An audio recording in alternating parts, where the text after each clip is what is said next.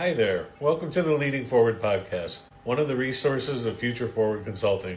You are listening to Matt and Pavan. I'm Matt. I have a Master's of Science in Strategic Leadership, and I'm a certified project management professional.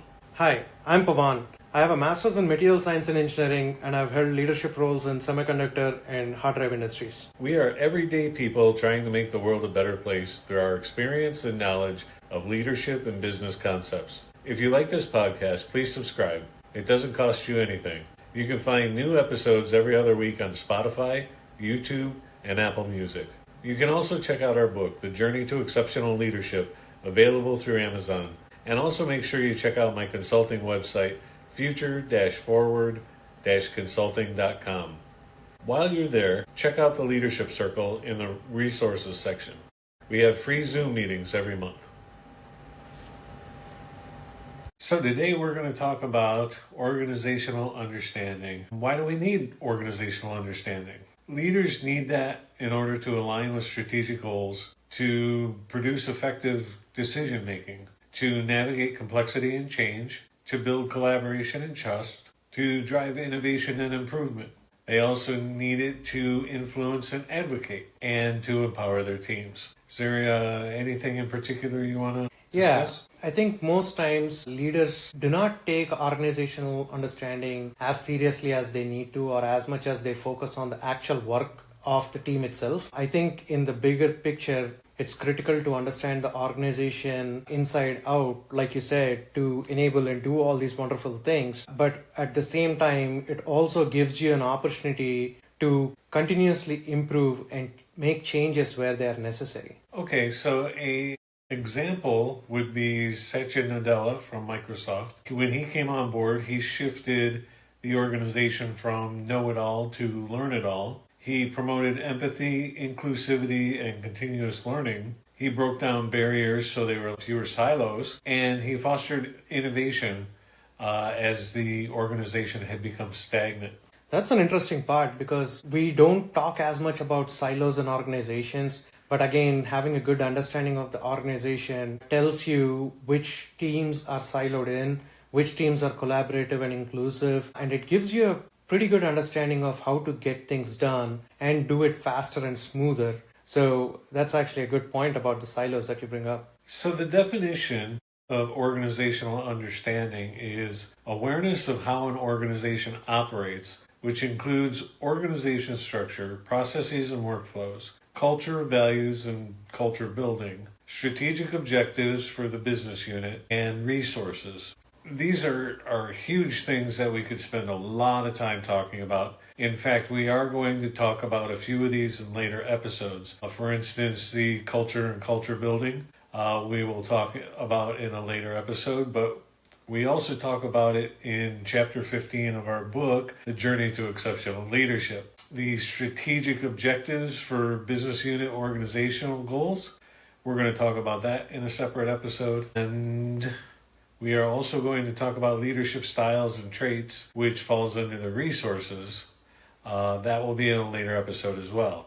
If you're keeping track on the book, Chapter 13 is Know Your People, which falls under resources, and leadership styles is Chapter 3, leadership traits is Chapter 2, and those both occur under resources. All right, so let's dig a little deeper into some of these topics. Organizational structures. What are organizational structures?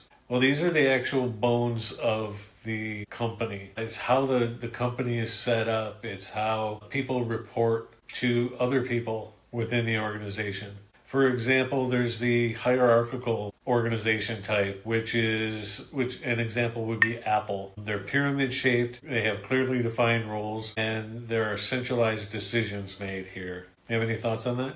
Yeah, and it as simple as it sounds, the hierarchical one, like you said, this is typically seen in very large companies where it's very tiered up and the decision making is only at the highest levels. It goes through multiple loops of people before a proper decision is made. Sometimes you can think of it as a delayed decision-making process, but that's a structure that works when you have a lot of people doing a lot of different things spread out across the globe.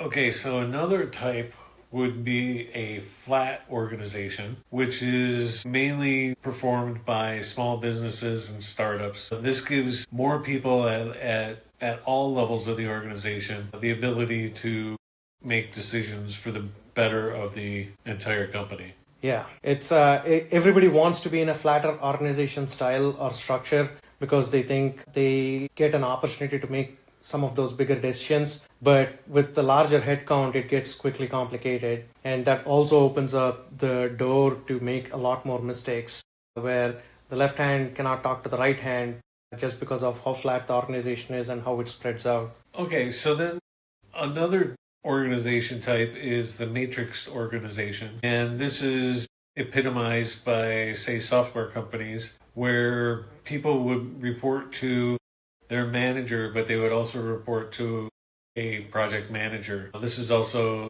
called dotted line reporting. Any thoughts on that? Not specific to that, but just to put it in a little bit more perspective. So on the outside, when you look at it, it's just an organization structure. And grass is always greener on the other side, and everybody who's in a specific type of structure yearns for something else. But careful what you wish for there, because these are well thought out. Organization design is something that a lot of thought goes into. And sometimes if it's not the type of structure that you were expecting or you feel comfortable in, it might be a small enough change to have a conversation with your manager on getting you be empowered to make certain types of decisions or give you flexibility of work that you want. It generally doesn't mean that you're in the wrong type of organization or your company's doing the wrong structure. You just have to look at it from the right perspective.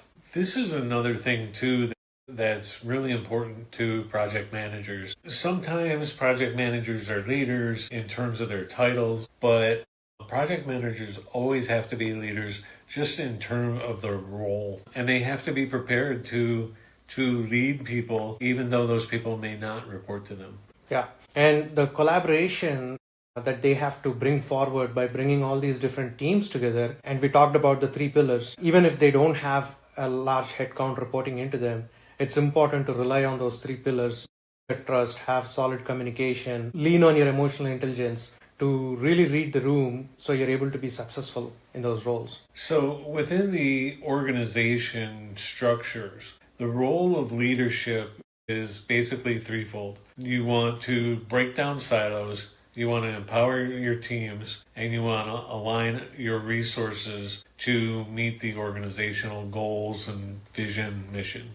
I like that, right? The threefold approach is quite helpful. If you look at it, like I just said, you might be in a very hierarchical organization structure, but as a leader, you have to read the field and say, I need a flatter structure to execute on the projects we have in hand. Or I might have to matrix it. I have to create somebody who's going to be a champion for a product or a process, who's going to have somebody dotted line from my other teams, somebody dotted line from project, or in certain cases where you need to make decisions fast.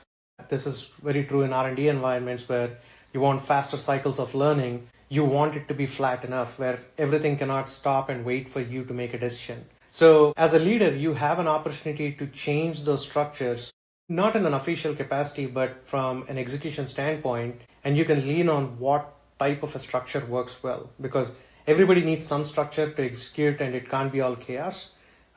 So again, like you said, to break down those silos, to empower your teams and to align all the resources, I think this is one of those continuous learning things where you look at it every so often and decide how is it that you're going to execute this play.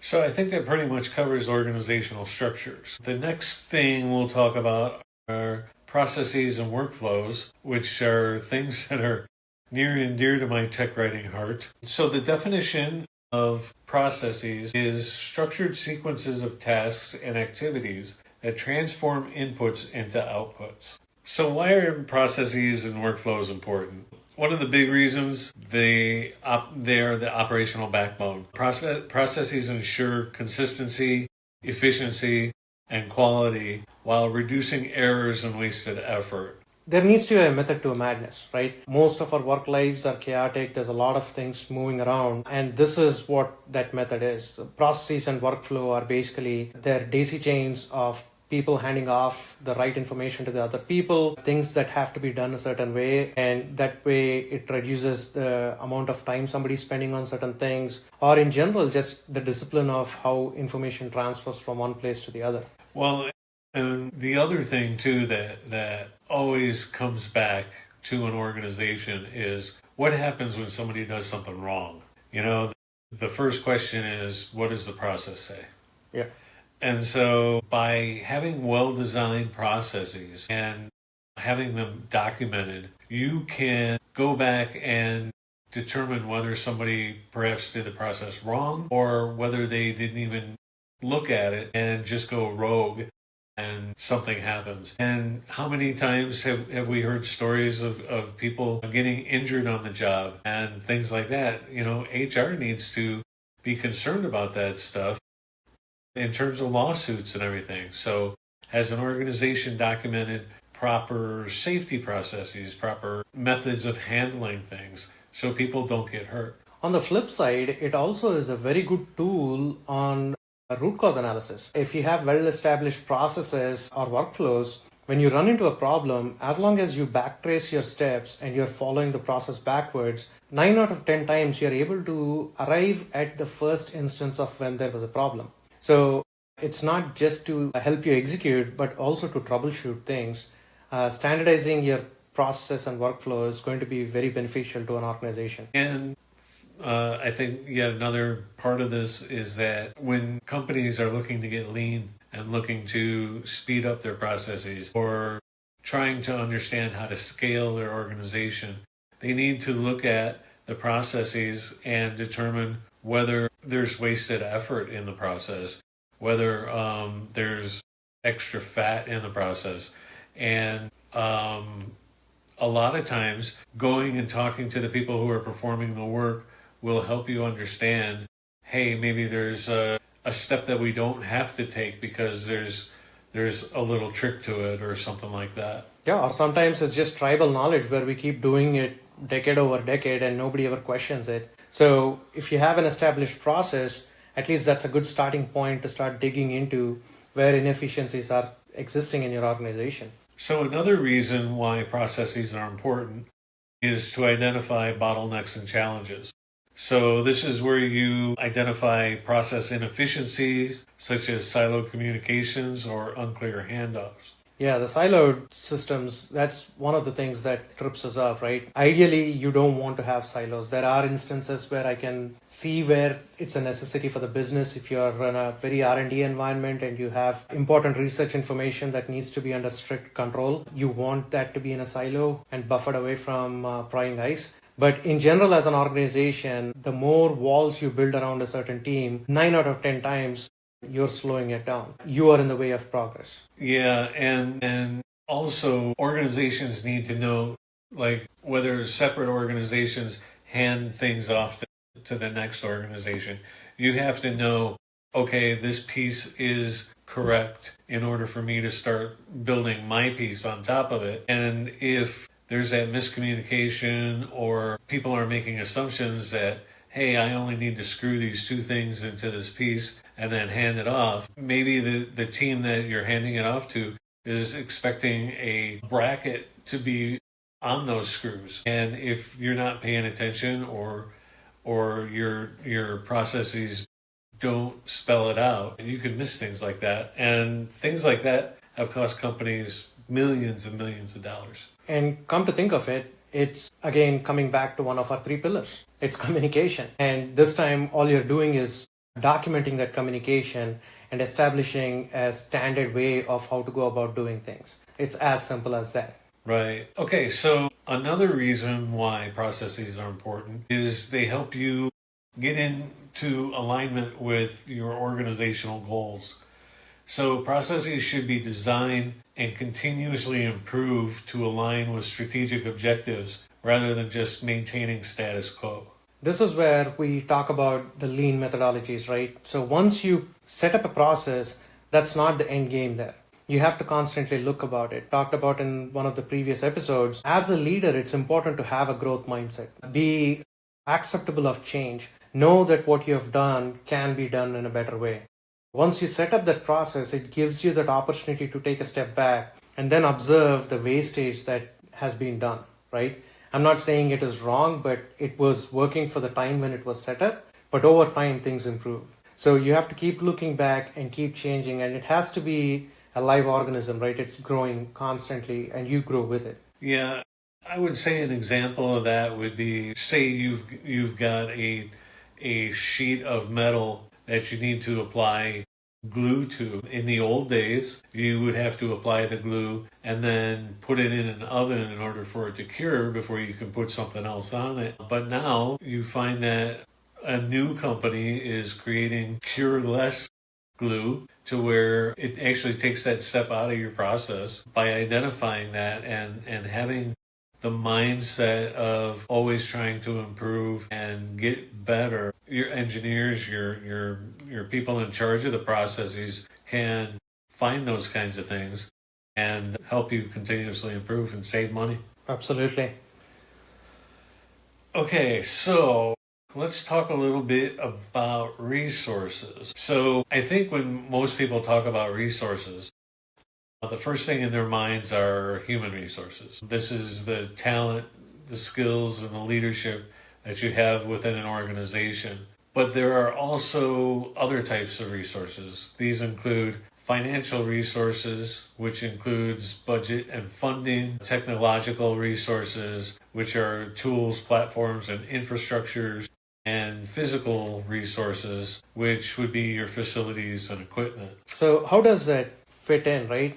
So these are different types of resources. I think as a leader, I would say it's important to first understand what are the resources at my disposal. And then once you have a good understanding of it and you have a good process and workflow set up, you understand how many people you have and what skill sets you have within that team, then you're able to make intelligent decisions on allocating those resources properly. How do I prioritize those resources properly, right? And once you set up your processes really well, then you are also able to measure those resources' effectiveness. How is one team doing versus the other, or where is a certain team struggling and why, and what other resources they need to be successful.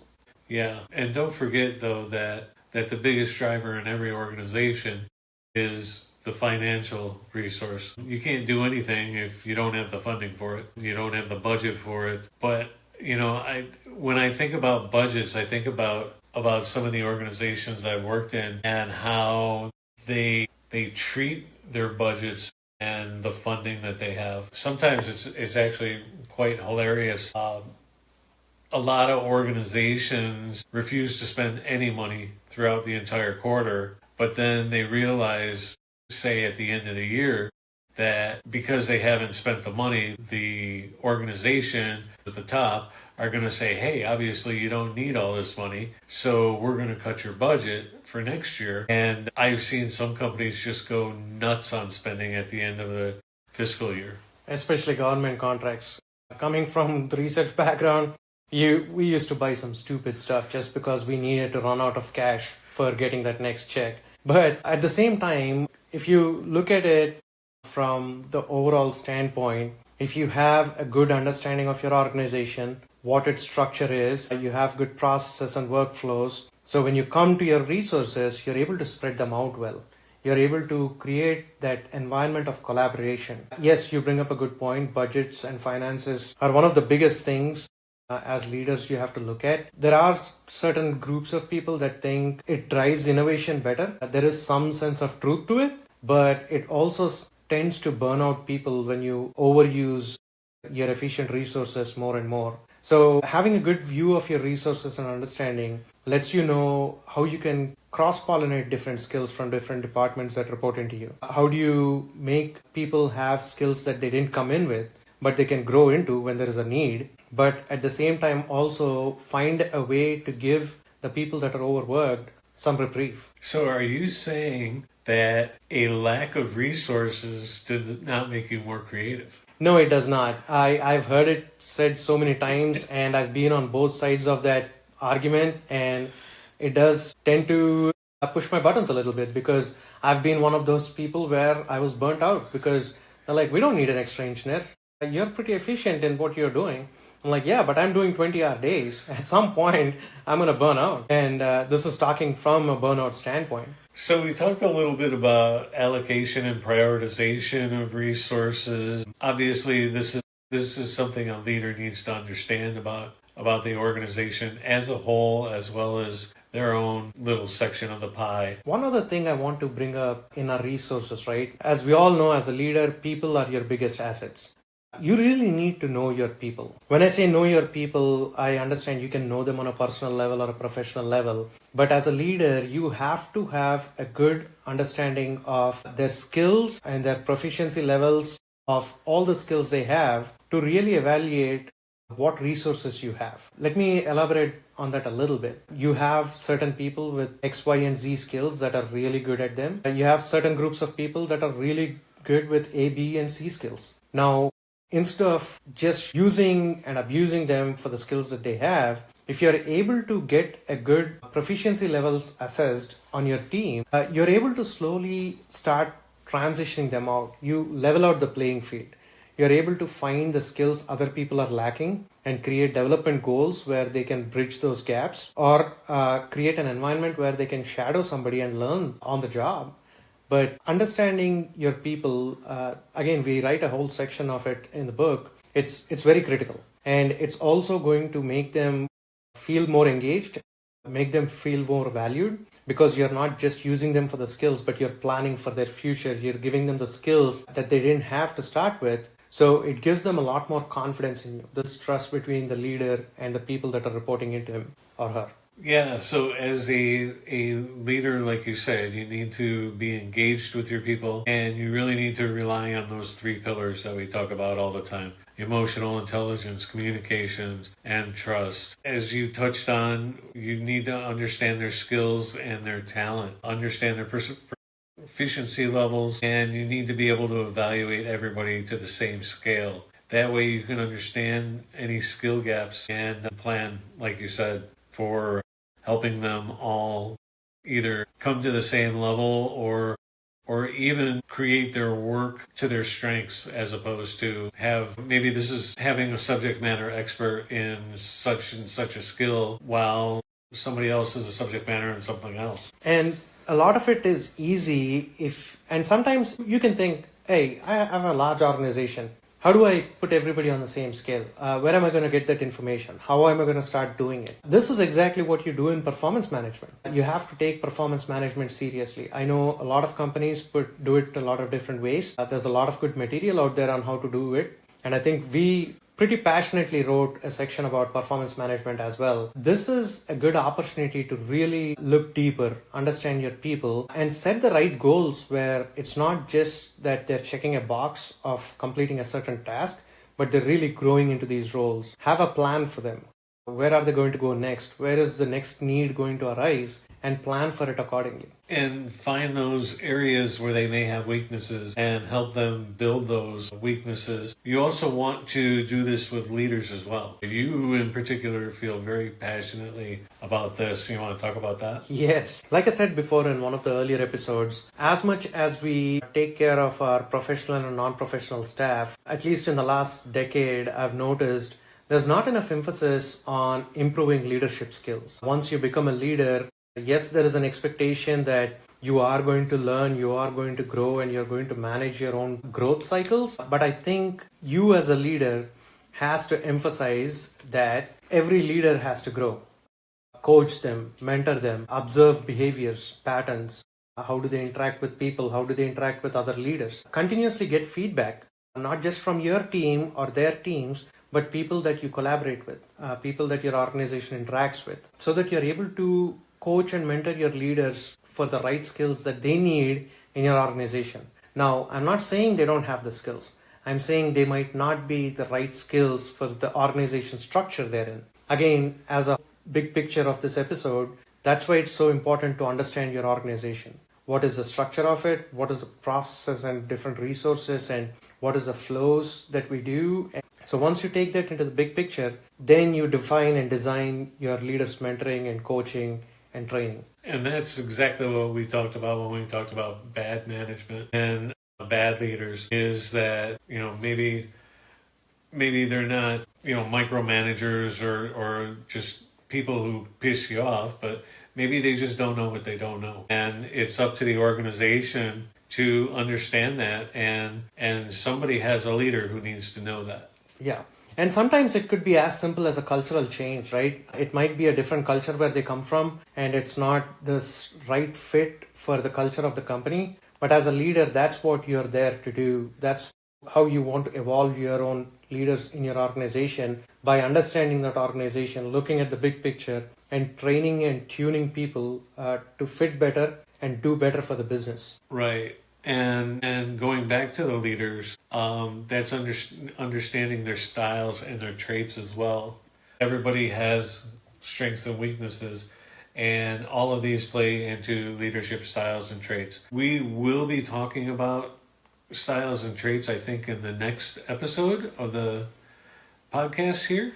And I am excited. And if you want to get ahead out there, you can read chapters 2 and 3 in the book. So now that we've kind of wrapped up resources, one of the things that we keep talking about is understanding the levels of the resources. I think this is where the KPIs fall in, where measuring resource effectiveness comes in, understanding metrics and feedback loops, and understanding whether your resources are being used efficiently. And we have to take that seriously too. Again, I've seen a lot of places where what is a KPI for me might not be a KPI for my manager. It's important to have that communication beforehand and align top to bottom on what do we see as the task or a duty that's moving the needle. So defining those KPIs, defining the metrics for yourself, for your team, and for your organization is not a simple task. But again, you cannot do that without really understanding your organization. And for those out there who are unaware of what KPI stands for, it's Key Process Indicator. Or a performance indicator. I've seen it being used both ways. Key performance indicators, process indicators. I don't want us to get lost in the semantics, but we have to really find a way where everybody is able to see their progress. I've seen KPIs that were defined where 90% of the organization didn't know what those numbers were. Yeah, there's a title next to it and there's an indicator that says we are red. We never knew what was red. And it was never explained to us what it was that we were red on, and we didn't know what to do about it. You mean red's not just a pretty color? Apparently not. Okay, I don't have anything else that we necessarily want to talk about here in our notes. Is there anything you want to go into a little greater detail about? No. The only thing I would add to it is, as a leader, organization design is one of those things that you are responsible for. I've seen both ways where leaders come in and the first thing they do is restructure the organization, or people come in and let things stay the way they are. But whatever you do, whatever you think is right thing to do for your business, spend the time, know the organization, understand every piece of it, top to bottom, before you embark on that organizational restructuring and changes, because sometimes those changes could hurt the progress just because you didn't have the right understanding of either the resources, the processes and the workflow, or even just the general structure or job responsibilities of the people that are in that organization. Right. So once again, let me just reiterate that it's important to understand your organization in order to align with your strategic goals, to have more effective decision making, to navigate the complexity and change within any organization. You want to build your collaboration and trust and drive innovation and improvement. You want understanding your organization will help you influence and advocate, and it will also help you empower your teams. So I think that's it for this episode. Apparently it's a little short, but that's okay because we have a lot to talk about in future episodes that we just kind of glossed over today. So until next time, thank you. If you like this podcast, please subscribe. As we mentioned, it doesn't cost you anything. You can find new episodes every other week on Spotify, YouTube, and Apple Music.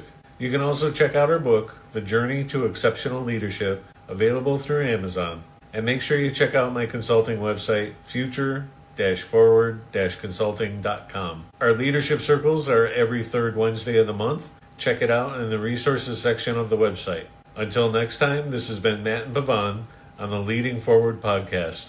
We hope you've learned something, and we'll catch you again next time.